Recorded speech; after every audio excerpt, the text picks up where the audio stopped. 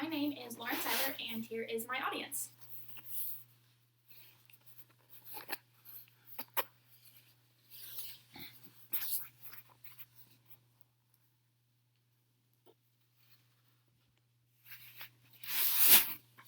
Okay, how many of you play a sport?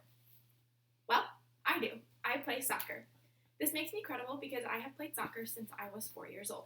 Therefore, this topic is important to me because I've been around it almost my whole life. It is important to others because of its impact in several cultures worldwide.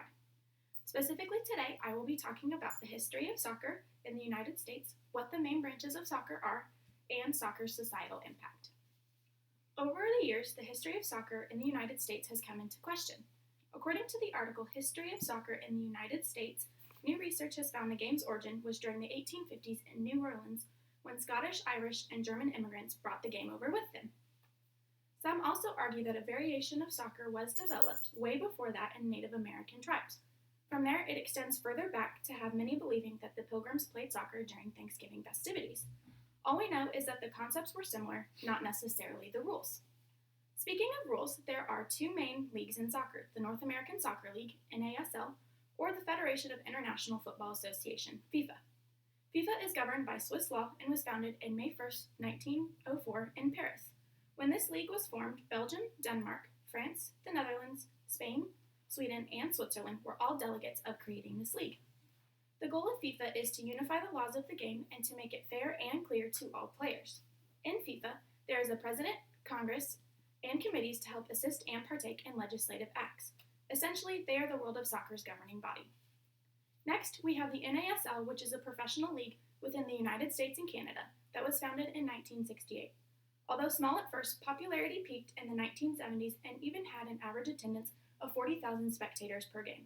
Some of the games were even broadcasted on live television. During this time of popularity, expansion was happening rapidly on the West Coast, and the NASL had grown from 8 teams to 24 teams in 1978. However, in the early 1980s, the NASL lost many franchises and eventually had to suspend operations for the 1985 season. After that, a rough patch ensued for about 10 years. But then, NASL got the boost that they needed when FIFA allowed the United States to host the World Cup in 1994. This brings me to my final point, the societal impact that soccer has had. Every 4 years, teams from all over the world compete to see who's the best. This event first debuted on July 18, 1930. The only time that we have not held the World Cup was in 1942 during World War II. Ever since then, countries compete to even host this prestigious worldwide event. The World Cup has a societal impact on the world because it brings everyone together regardless of what hardships each country may be facing at home. In America, there is a societal impact because it gives us a sense of hope while watching this competitive sport. Last year, we had the World Cup and the U.S. women's team won, and so this gave the United States something to believe in and brought families together to celebrate in victory. It also impacts society through monetary value, like buying the tickets. For example, Indy 11 just opened in Indiana and is now something we'll profit financially from and can even help better our state. And then my visual aid, I have 3 soccer teams,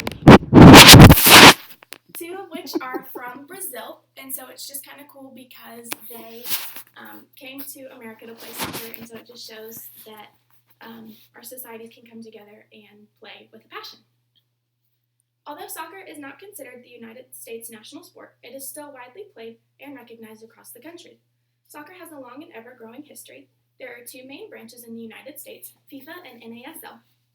Soccer also has a large societal impact and can even unite communities, states, and countries. It has been exciting for the state of Indiana in the last few years because Indy 11 has become a world-renowned soccer club. In closing, American football may be more widely recognized than football, but you should watch us score. Thank you, and here's my audience.